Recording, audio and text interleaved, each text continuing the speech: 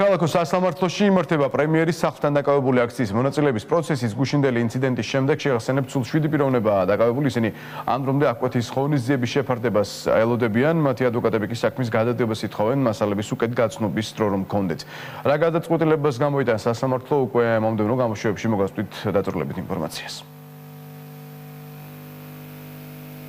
წუხელ დააკავეს 7, როგორც ცნობილი გახდა ერთ-ერთი მათგანი მხოლოდ დღეს უკვე სისხლით დააკავეს. ექსპერტიზებია დასანიშნი, დასკვნები ასაღები და სწორედ ამის მერე მოვითხოვთ რომ გადაიდოს ამ სასამართლოს. ეს ყველა მტკიცებულება წარმოადგენს სასამართლოს, ვინაიდან ყველა მათგანი ასახელებს, რომ მათ არანაირი სამართალდარღვევა არ ჩაუდენიათ, შესაბამისად უნდა დადასტურდეს, რომ ისინი არაფერში არ არიან. ეს იყო წინასწრის პოლიტიკურად მოტივირებული დაკავება და ადამიანები, რომლებიც აცხადებდნენ, რომ მათთვის მიუღებელი იყოს და ექსმაის განვითარებული მოვლენები 100 ახალგაზრდის მხრიდან გამოხატულ მშვიდობიან პროტესტზე მათი ესეთი სახის ქმედება ალბათ ყველაფერს ფარდას ხდის და საბოლოოდ ნათელი ხდება, რომ ამ ადამიანებს არათუ დემონსტრანტების ბედი აღელვებდათ, მაშინ არამედ თავიანთი სკამების ბედი აღელვებდათ, რასაც მიაღწიეს და ეხლა ყველაფერს აკეთებენ, ყველანაირ უკანონო გზებს მიმართავენ ამ სკამების შესანარჩუნებლად.